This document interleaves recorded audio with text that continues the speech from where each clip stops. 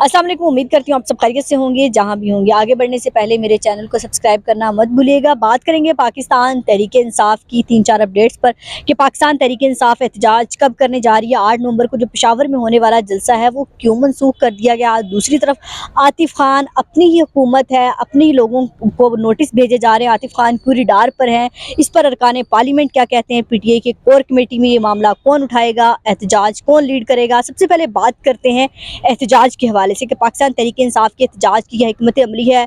कल रात रऊफ हसन का एक बयान आता है कि 8 नवंबर को सवाबी में जलसा करने जा रहे हैं। एक तहरीक का आगाज़ जो है सवाबी से होगा, लेकिन अभी कुछ खबरें सामने आई ज़राए के मुताबिक वो जलसा जो है मनसूख भी नहीं किया गया और टाइम भी अभी नहीं पता कि कब होगा।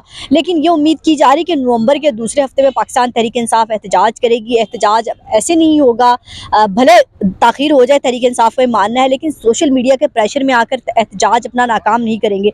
जैसे पहले डी चौक में हमने देखा कि अली मीन गंडापुर साहब लोगों को छोड़ के चले गए। एक नाकाम एहतजाज पीटीआई के जो है मुंह चढ़ा रहा था, लोग बड़ी तनकीद कर रहे थे कि पीटीआई ने एहतजाज नाकाम बना दिया। तो वो लीडरशिप सलमान अकरम राजा साहब इसको लीड कर रहे हैं। उनका कहना है कि हम जो है तहरीक इंसाफ अब पूरी हिकमत अमली बना रही है। तहरीक इंसाफ के लोगों को कहा जाएगा कि केपी के हाउस या कहीं भी जहाँ भी पहुँचना है इस दिन पहुँचे और वहाँ से टोलियों की सूरत में नहीं जाएंगे, बल्कि काफिलों की सूरत में इस्लामाबाद का रुख करना हो या फिर लाहौर का मीनारे पाकिस्तान का करना हो, डी चौक का करना हो। लाखों की तादाद में जब मजमा जाएगा तो हुकूमत क्रैकडाउन नहीं कर पाएगी। हुकूमत के क्रैकडाउन के को लेकर जो है तहरीक इंसाफ ने हिकमत अमली बनाई है कि हम जो है ये इस तरह करेंगे क्योंकि पहले हमारे ऊपर क्रैकडाउन होते रहे हैं, एहतजाज नाकाम होते रहे हैं और तमाम लोगों से रब्ते करने शुरू कर दिए हैं। ऑनलाइन मीटिंग्स हो रही हैं, चाहे वो इलाके के सदर हों, इलाके के MP हों, MNAs हों, और ड्यूटियाँ लगा दी गई हैं कि इतने इतने लोग लेकर आनी है। दूसरी जानिब ना सिर्फ पीटीआई के वर्कर्स को मोबिलाइज करने की कोशिश की जा रही है, बल्कि आम पाकिस्तानी सनतकारों, हर मुकातबे फ़िक्र को लोगों को यूटिलाइज़ किया जाएगा और उनसे राब्ते किए जा रहे हैं कि कैसे एहतजाज को कामयाब बना सकते हैं। क्योंकि इमरान खान का एक ही पैगाम है कि पाकिस्तान तहरीक इंसाफ के वर्कर्स की जंग नहीं है, बल्कि पाकिस्तानियों की जंग है। तो उन पाकिस्तानियों को उस जंग में शामिल करने के लिए तो पाकिस्तान तहरीक इंसाफ के जो लीडरशिप है उन्होंने ये लाया अमल बनाया है कि ना सिर्फ तहरीक इंसाफ के वर्कर्स को मोबिलाइज करना है, बल्कि पाकिस्तान के हर मुकातबे फ़िक्र के लोगों को मोबिलाइज करना है।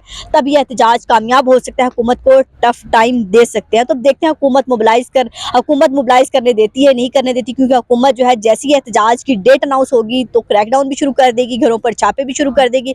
इसलिए तहरीक इंसाफ की क़यादत ने अभी डेट जो है उस तरह से सरप्राइज रखी हुई है, अनाउंस नहीं की। सलमान अकरम राजा साहब इसका बाकायदा ऐलान करेंगे और लीड भी उम्मीद की जा रही है सलमान अकरम राजा साहब करें, लेकिन लीड करने में भी लड़ाई आ रही है तहरीक इंसाफ के अंदर। जैसे हमेशा हर बात पर लड़ाई होती है, सलमान अकरम राजा कहते हैं मुझे लीड करने दिया जाए और शेर अज़म मरद कह रहे हैं कि आखिरी पत्ता समझकर मुझे खेलने दिया जाए, क्योंकि मैं ही जलसे कर सकता हूँ।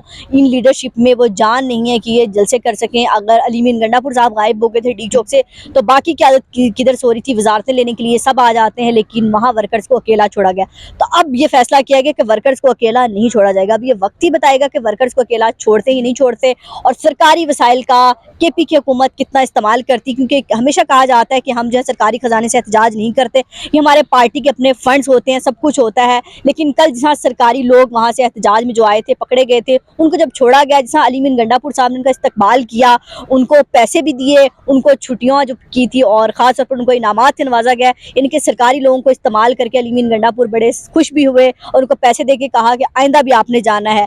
तो ये तो कोई ऑडिट हो तभी पता चले कि अली मीन गंडापुर साहब जो है वहाँ का कितना पैसा एहतजाजों पर खर्च कर रहे हैं या फिर वाकई सरकारी फंड होते हैं, इनके अपने पार्टी के फंड्स होते हैं, वो होते हैं।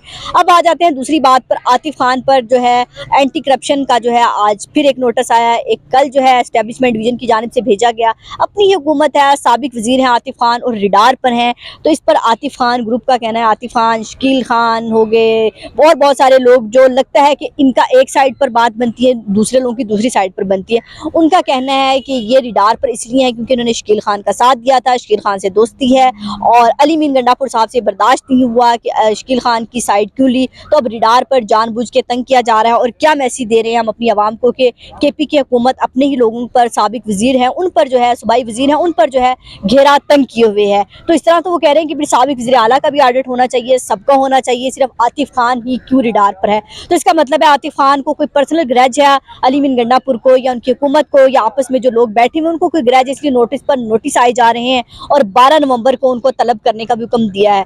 तो बाकी जो है उनके साथ ही उनका कहना है कि हम कोर कमेटी में मसला उठाएंगे, ये हमारी तौहीन है कि हम एक इमरान खान के सच्चे सिपाही हैं, इमरान खान साथ खड़े हैं, कभी हमने वफादारी तब्दील नहीं की और तमाम मसाइल में साथ खड़े होते। लेकिन अली मीन गंडापुर साहब हमारे साथ क्या ग्रज निकाल रहे हैं, जो नोटिस पर नोटिस भेजे जा रहे हैं। तो अभी कल पर ही बड़ा गुस्सा था तहरीक इंसाफ के कुछ लोगों को।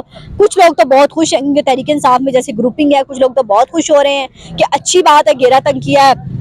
लेकिन कुछ लोगों का कहना है अच्छी बात नहीं है कि आतिफ खान एक ईमानदार आदमी है, सच्चा आदमी, उसको देख के जो है हम आवाम से अपना एतमाद खत्म कर रहे हैं और दूसरी जानिब इमरान खान की रिहाई से हटकर हम दूसरी जानिब तवज्जो लेके जा रहे हैं कि अपने ही आपस में लोग लड़ते हैं।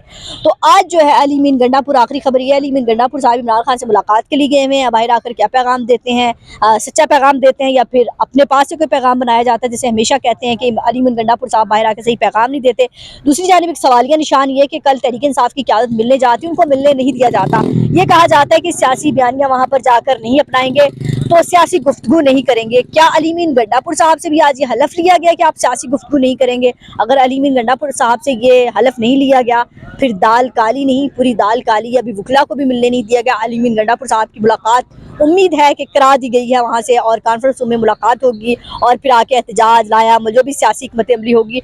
और अली मीन गंडापुर साहब को एहतजाज की जिम्मेदारी खान साहब देते हैं, लेकिन तहरीक इंसाफ की लीडरशिप इस पर बड़ा गुस्सा करती है कि उनका काम एहतजाज करना नहीं है, एहतजाज अनाउंस करना नहीं। एक सूबे के वज़ीर आला हैं, उस पर तवज्जो देनी चाहिए। एहतजाज की जिम्मेदारियाँ किसी और को सौंप देनी चाहिए। अब एहतजाज सलमान अकरम राजा लीड करते हैं, शेर अफजल मरवत लीड करते हैं, या फिर हमेशा की तरह अली मीन गंडापुर सर पर कफन बांध कर निकलते हैं और जो कहते हैं हुकूमत का तख्ता उल्टेंगे और इस बार वह हुकूमत का तख्ता उल्टने में कामयाब होते हैं या नहीं होते, या फिर पसे पर्दा कुछ और चल रहा है क्योंकि इमरान खान काफ़ी अरसे से खामोश हैं, बोल नहीं रहे, मुसलसल खामोशी है, कोई बयान नहीं आ रहा, या फिर पसे पर्दा जैसे बैरिस्टर सैफ ने कहा डील नहीं हो रही, दोनों तरफ से माफहीमत हो रही है, हम डील वाली बातों पर यकीन नहीं करते। तो बहरहाल कुछ तो चल रहा है। नवंबर में कुछ नहीं बहुत कुछ होने वाला है, एहतजाज भी होंगे और इमरान खान की रिहाई भी जो है कहीं जल्दी निकलती हुई नजर आ रही है। अपना और अपने प्यारों का बहुत ख्याल रखिएगा, हमें दुआ में याद रखिएगा। अल्लाह हाफिज़।